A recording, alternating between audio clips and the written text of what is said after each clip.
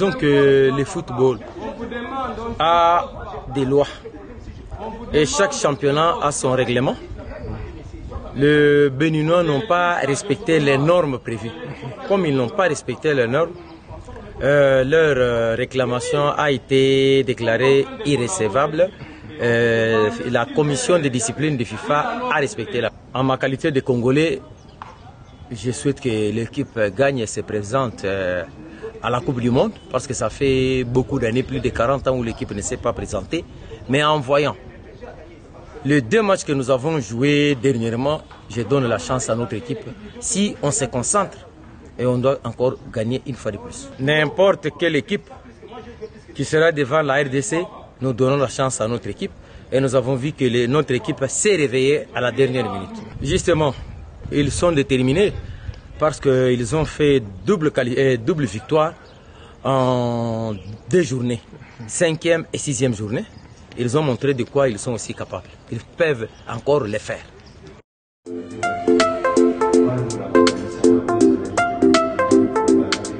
tout en étant congolais, c'est une bonne nouvelle pour nous. C'est ce qu'on entendait d'ici. Bon, j'insiste, tout en étant congolais, je suis congolais, mon souci le plus ardent qu'on puisse réussir et à passer à cette confrontation-là. C'est notre souci le plus ardent. Non, c'est pas si facile, c'est question de volonté, ça commence par les hiérarchies. Les hiérarchies, c'est sont de près des joueurs et le facteur chance aussi. On a toujours eu la petite vente à manger. Les parcours, au début, ça nous semblait plus difficile, mais vers la fin, on a compris que les enfants ont eu quand même cette volonté de jouer. Tout le monde a vu ça à notre dernier match. Avec cette volonté, ça montre qu'on a déjà l'appétit de manger. On a tous les atouts de passer. À moins qu'il y ait la volonté là, on demande à tout le monde.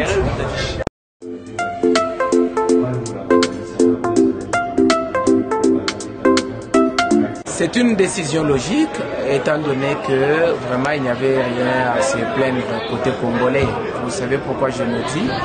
Même dans nos différentes émissions analysées localement, nous l'avions déjà épinglé entre la République démocratique du Congo et le Bénin. Le score était de 2-0 et lorsque les Béninois se plaignaient du fait qu'il y avait un dépassement de remplacement, notamment au lieu de 3 fenêtres, on est allé à 4 fenêtres. Ça ne relevait pas vraiment de la partie congolaise. Le 4e arbitre, ou mieux, l'arbitre protocolaire qui était commis à cette rencontre était là pour ça. Si, par exemple, on arrive à constater qu'il y a un souci, là, ça ne devait que tomber sur le 4e arbitre. Je ne vois pas là où ça venait vraiment instrumentaliser ou bien inclure la République démocratique du Congo, étant donné que la RDC avait fait sa part des choses. En plus de cela, vous savez que le règlement ou la réglementation de la FIFA ou même des éliminatoires de la Coupe du Monde n'a pas prévu des sanctions à ces sujets. Vous n'avez qu'à prendre l'article qui parle vraiment de ces remplacements et de ces fenêtres. Vous vous rendrez compte qu'il n'y a pas de sanctions prévues contre la formation qui commet, par exemple, ce genre de bourde, même si on peut appeler ça bourde. En plus de cela, pour être encore plus explicite, les Béninois eux-mêmes n'ont pas émis cette réserve, n'ont pas pratiquement formulé cette plainte dans le délai. Vous savez que c'était une plainte issue de l'instrumentalisation parce qu'ils ont entendu un confrère, Patrick Juillard, qui est de nationalité française, faire, je crois, le chantage au bénéfice de son compatriote sélectionneur du Bénin. Alors, ils se sont adonnés à ce genre de comportement hors délai. Ce n'était que logique que la FIFA puisse trancher de cette façon et rien de surprenant dans ce dossier-là. Étant congolais, je sais que ça ne va pas être facile. Je sais également que parmi les pays qui seront tirés, il n'y a que des grandes nations.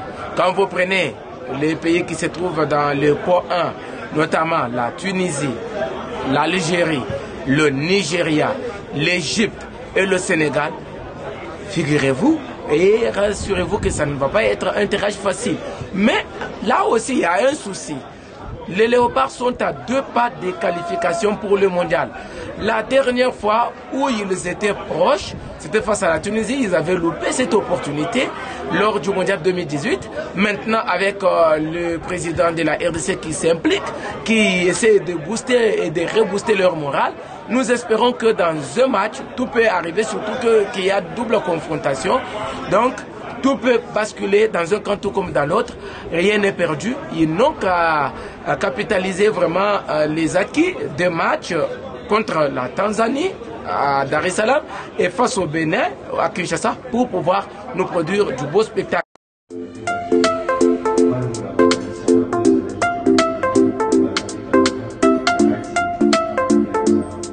Très bonne nouvelle.